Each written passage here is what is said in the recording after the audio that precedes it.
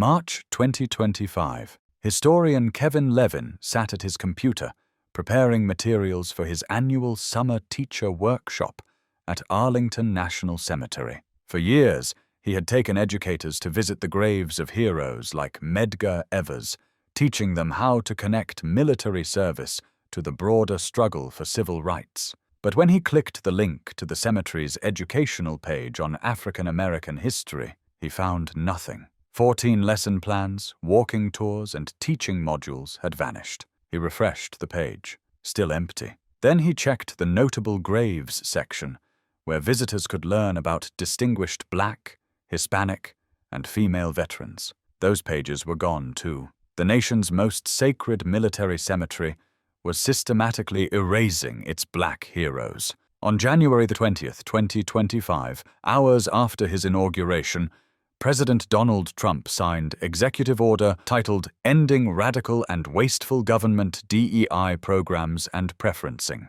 The order directed every federal agency to terminate all activities relating to diversity, equity, inclusion, and accessibility. Within weeks, Defense Secretary Pete Hegseth issued his own memo to the Pentagon, declaring that diversity, equity, and inclusion was dead at the Department of Defense. On February 26th, Chief Pentagon spokesman Sean Parnell sent a memo to the entire department. By March 5th, every component must take all practicable steps to remove all Department of Defense news, feature articles, photos, and videos that promote diversity, equity, and inclusion. The memo was explicit. Content requiring removal included anything counter to merit-based or colorblind policies, which it defined as articles that focus on immutable characteristics such as race, ethnicity, or sex. Arlington National Cemetery fell under Pentagon control. On March 12, 2025, pages began disappearing from the cemetery's website. Between December 2024 and March 2025, dozens of links vanished. The Notable Graves drop-down menu no longer showed African American history, Hispanic American history, or women's history. Educational themes on the Civil War disappeared. Modules on Medal of Honor recipients went dark. The page for Freedman's Village, a settlement of formerly enslaved people that existed on Arlington's grounds from 1863 to 1900, was delinked from the main website. Individual heroes vanished one by one. General Colin Powell, the first Black chairman of the Joint Chiefs of Staff and later Secretary of State, was removed from the Notable Graves list. World War II veteran and civil rights icon Medgar, whom Trump himself had called a great American hero in 2017 during a visit to the Mississippi Civil Rights Museum, disappeared from the website. The Tuskegee Airmen, America's first Black military pilots who flew over 1,200 combat missions in World War II despite facing segregation and discrimination at home, were scrubbed from educational materials. The 68th and 88th Central Postal Directory Battalion, the only predominantly Black, all-female unit sent overseas during World War II, was no longer easily accessible through the site's navigation. Army Major General Charles Calvin Rogers, awarded the Medal of Honor for his actions in Vietnam on November 1, 1968, was removed. When his page was archived, someone changed the URL from medal to DEI Medal, as if Rogers had received the nation's highest military honor not for extraordinary courage under fire, but simply because of his race. Rogers had been shot 3 times during a massive enemy assault near the Cambodian border. Despite his wounds, he exposed himself repeatedly to hostile fire to organize the defense, direct artillery, and rally his troops. He was the highest-ranking Black soldier to receive the Medal of Honor. Now visitors to his page received a 404 error message. Supreme Court Justice Thurgood Marshall, the first Black person to sit on the High Court and a World War I veteran, was no longer listed prominently. Ira Hayes, the Pima Indian Marine, who was one of 6 men to raise the American flag at Iwo Jima in one of the most iconic photographs from World War II, disappeared. The Navajo Code talkers, whose tribal language created an unbreakable code that helped win the Pacific War, were taken down. Jackie Robinson, who broke baseball's color barrier but also served as a second lieutenant in the Army during World War II and was court-martialed for refusing to move to the back of a segregated bus, vanished from the website. Women veterans were equally affected. The notable graves section for women's history was removed. Information about the 68th Battalion, which had cleared a 2-year backlog of mail for 7 million troops in just 3 months while facing discrimination and working in freezing, rat-infested warehouses, was no longer accessible through normal site navigation. Colonel Jeannie Leavitt, the Air Force's first female fighter pilot, disappeared from Department of Defense websites. The Pentagon's purge extended beyond Arlington. According to the Associated Press, the Department of Defense marked over 26,000 images of veterans from diverse backgrounds for removal. The dragnet caught absurdities. At least 6 photos of the Enola Gay, the bomber that dropped the first atomic bomb on Hiroshima, were flagged for removal because the aircraft appeared in a search for files containing the word gay. The plane was named after Enola Gay Tibbets, the mother of pilot Paul Tibbets. The algorithm couldn't distinguish between a surname and sexual orientation. At Arlington itself, entire categories of historical memory were being dismantled. The Civil War educational page,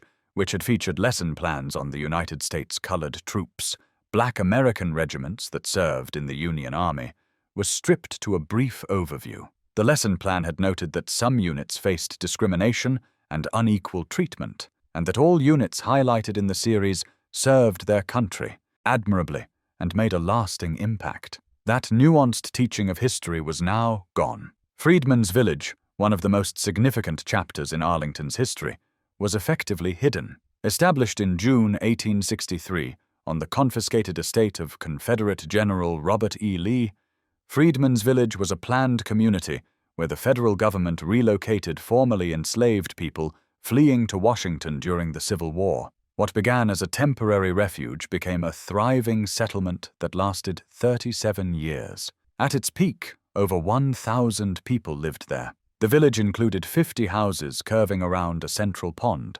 schools, a hospital, churches, and training workshops where residents learned skilled trades like blacksmithing and carpentry. Sojourner Truth, the renowned abolitionist, lived in Freedman's Village for about a year in 1864, counseling residents and helping them find work. Many laborers from the village worked on construction of the Capitol building. In 1866, the Army recruited the 107th Regiment of United States Colored Troops from the village. The village was intentionally established on Lee's former plantation as a symbolic statement that the Confederacy's most prominent military leader's land would now house the very people he had fought to keep enslaved. By 1900, rising real estate values led to the village's closure, and the land was fully absorbed into Arlington National Cemetery. Between 3,800 and 4,000 residents of Freedman's Village are buried in Section 27, their headstones marked with the words civilian and citizen. This entire chapter of history was now buried in archived links, inaccessible to visitors trying to understand Arlington's complete story. The removals sparked immediate outrage. Civil War historian Kevin Levin, who first discovered the changes, wrote, "Like it or not, the complete history of Arlington National Cemetery and that of the military is a story of diversity, equity, and inclusiveness. It is embedded in the very landscape of Arlington." Maryland Representative Jamie Raskin called it a terrible affront to the veterans posthumously dishonored and cancelled, and to their families. Progressive veterans group Vote Vets accused the Trump administration of whitewashing history, stating, "Arlington National Cemetery just erased DEI from its website because Republicans threw a tantrum over honoring all who served." Former Mississippi Supreme Court Justice Reuben Anderson, who gave Trump a tour of the Mississippi Civil Rights Museum in 2017, expressed disbelief at Medgar Evers' removal. "That's got to be a mistake," he said. "Medgar Evers was one of the most courageous Americans of all time." Representative Benny Thompson noted that history has often overlooked minorities' contributions and criticized the administration for simultaneously cutting 80,000 jobs from the Department of Veterans Affairs, worsening access to medical care for veterans. Arlington National Cemetery issued a carefully worded statement. "We are proud of our educational content and programming, and working diligently to return removed content to ensure alignment with Department of Defense Instruction 5400 Scene and executive orders issued by the President. We remain committed to sharing the stories of military service and sacrifice to the nation with transparency and professionalism." The statement claimed no service members had been permanently removed, noting that individuals from prior categories could be found in other categories, such as prominent military figures or science, technology, and engineering, based on their historical contribution to the nation. But this missed the point entirely. Removing dedicated pages for African American history, Hispanic American history, and women's history wasn't simply reorganization. It was erasure of context. When Colin Powell's story appears only under prominent military figures, visitors lose the understanding that he broke barriers as the first black chairman of the Joint Chiefs of Staff. When Medgar Evers is no longer accessible through African American history, the connection between his World War II service and his civil rights activism is severed. When the Tuskegee Airmen are scattered across different categories, the reality of what they overcame, flying combat missions while facing segregation at home, becomes invisible. The removals revealed a fundamental misunderstanding of what diversity, equity, and inclusion actually means in a military context. These weren't invented categories imposed on history, they were the history. The 6888th Battalion existed because the Army segregated black women into a separate unit. They weren't celebrated for diversity's sake. They were celebrated because they accomplished in 3 months what the Army estimated would take 6, while working in freezing warehouses, facing discrimination, and being denied access to Red Cross facilities. The Tuskegee Airmen existed because black men weren't allowed to serve alongside white pilots. They became legendary because they flew 1,500 missions without losing a single bomber they escorted, a record unmatched by any other fighter group.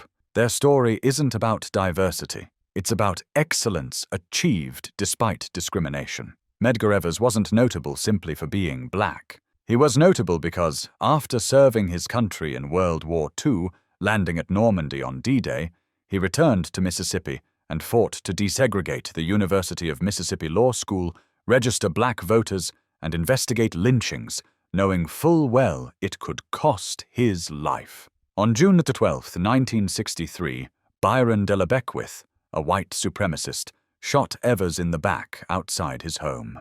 Evers was 37 years old. At his funeral, John F. Kennedy sent a telegram calling him a brave man whose devotion and sacrifice for his country should forever be an inspiration. Evers was buried at Arlington with full military honors.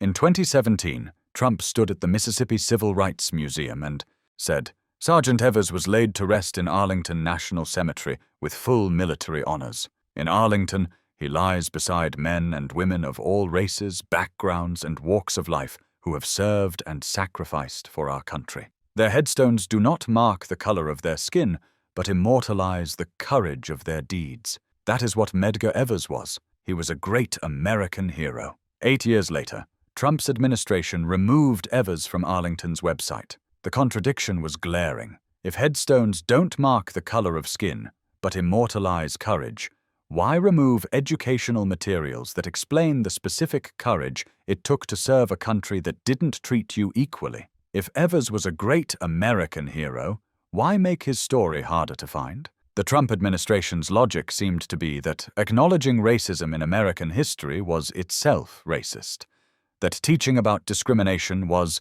discriminatory, that recognizing barriers overcome was creating new barriers. This was historical revisionism disguised as color blindness. Defense Secretary Pete Hegseth had declared at a Pentagon town hall, "The single dumbest phrase in military history is, 'Our diversity is our strength.'"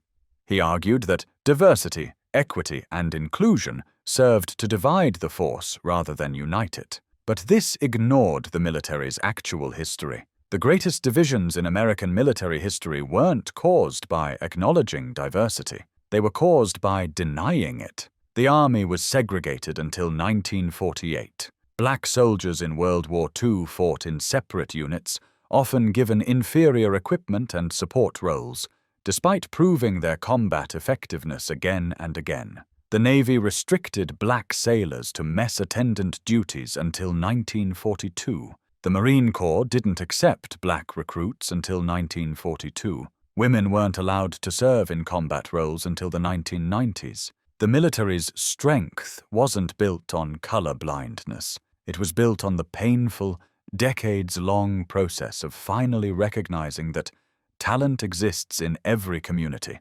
and that barriers based on race or gender weakened the force. The irony of removing this history during March, which presidents including Trump had proclaimed as Women's History Month, was not lost on critics. While officially celebrating women's contributions, the administration was systematically removing information about women veterans from federal websites. The disconnect suggested that recognition of women's service was acceptable only when separated from any acknowledgement that women faced obstacles men did not. Some pages were quietly restored after public backlash. Colin Powell's page reappeared on March the 16th. Material on Jackie Robinson, the Tuskegee Airmen, and the Navajo Code Talkers came back online, but many remained missing. Medgar's page stayed down. The comprehensive educational modules on African American history, Hispanic American history, and women's history were not restored in their original form. The Freedman's Village page remained inaccessible through normal navigation. The careful curation of Arlington's complex history, developed over years by historians and educators, was replaced by a stripped-down version that avoided uncomfortable truths about American military history. The removals were part of a broader pattern. In February, the Air Force removed content about the Tuskegee Airmen from a basic training class, then restored it after outcry. The Pentagon ordered the removal of all content promoting diversity, equity, and inclusion from military websites and social media. In May, Secretary Hegseth ordered military libraries to review and pull all books related to diversity, anti-racism, and gender issues by May 21st. The directive characterized such materials as promoting divisive concepts and gender ideology incompatible with the Department of Defense's core mission. The effect was chilling. Educators preparing lessons on military history now had to work around gaps in official sources. Teachers who had used Arlington's educational modules to connect military service to broader American history found their materials gone. Veterans groups representing minority service members watched as their contributions were minimized or hidden. According to the latest Defense Department report, 30% of the military's 2 million active duty and reserve personnel identify as part of a minority group, and 1/5 of service members are women. The message to those service members was clear. Your contributions are politically controversial. Your service will be acknowledged only if it can be discussed, without mentioning the barriers you overcame. This wasn't the first time American military history had been sanitized. After the Civil War, Northern and Southern white Americans reached an unofficial agreement to minimize slavery's role in causing the conflict and to downplay the contributions of black soldiers who fought for the Union. This lost cause narrative dominated American history textbooks for generations.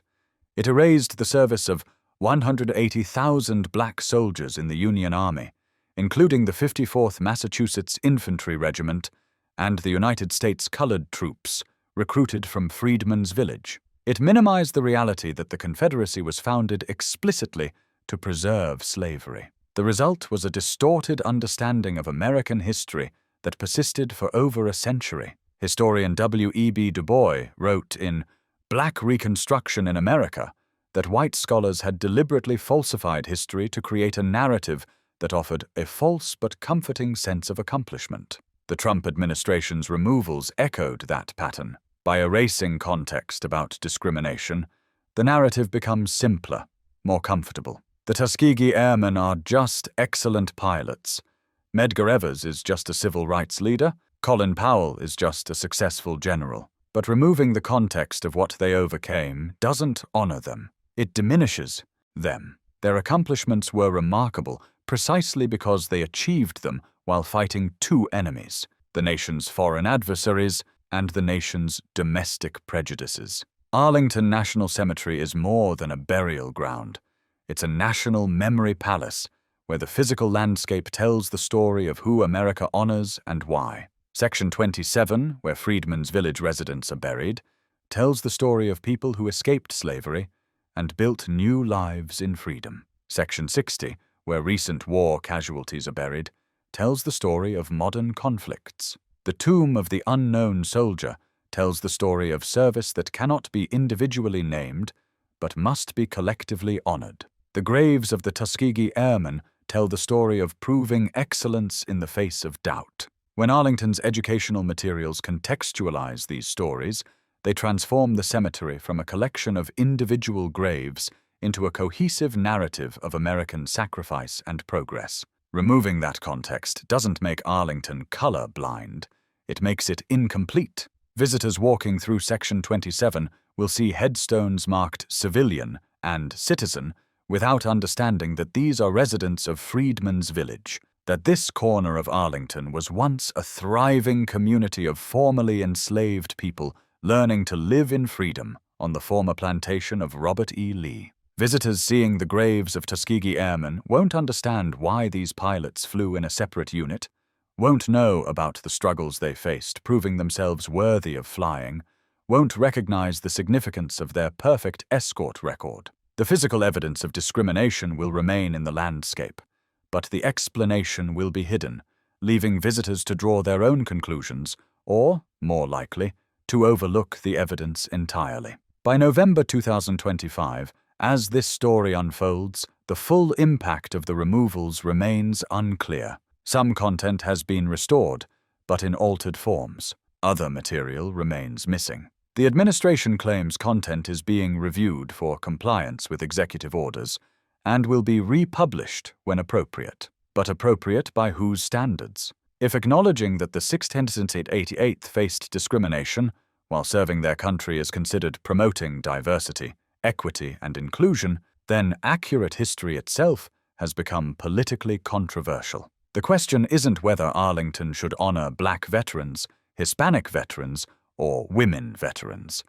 It does and will continue to do so. The question is whether their stories can be told completely, with context and honesty, or whether they must be sanitized to avoid mentioning the obstacles they faced. Can we honor the Tuskegee Airmen without acknowledging segregation? Can we honor Medgar Evers without discussing his civil rights work? Can we honor the 688th without noting they were the only all-black female unit sent overseas? The Trump administration's answer appears to be yes, we must honor their service while minimizing the discrimination they overcame. This is the second time in recent months that Trump's actions have affected how Black military service is remembered and honored. The Arlington removals follow his administration's broader assault on how American military history is taught and commemorated. Each erasure is individually defensible as compliance with executive orders. Collectively, they represent a systematic effort to present American military history without the complications of racism, discrimination, or the long struggle to make the promise of equal treatment real. The veterans buried at Arlington National Cemetery served a nation that didn't always serve them back. They wore the uniform despite facing discrimination. They fought for democracy abroad while being denied full democracy at home. They proved their excellence despite systems designed to limit their opportunities. Their service was remarkable not despite these obstacles, but because of them. Removing that context from Arlington's educational materials doesn't honor them. It distorts their legacy. When Trump called Medgar Evers a great American hero in 2017, he was right. Evers' heroism came from his military service and his civil rights activism, two aspects of the same fight for America to live up to its ideals. When the Trump administration removed Evers from Arlington's website in 2025, they severed that connection. What remains is a name on a headstone, divorced from the full story of why he matters. Arlington National Cemetery is where America remembers its military dead. But memory requires more than names and dates.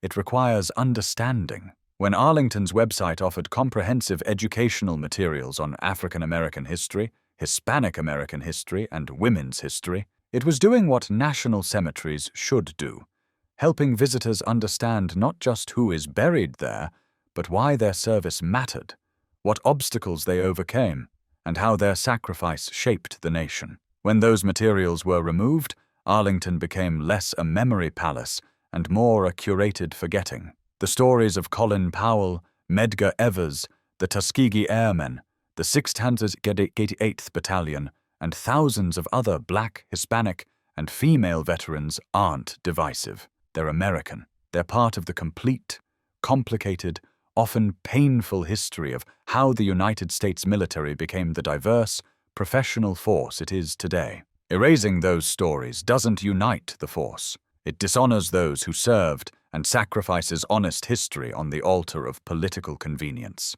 The veterans buried at Arlington deserve better. America deserves the truth.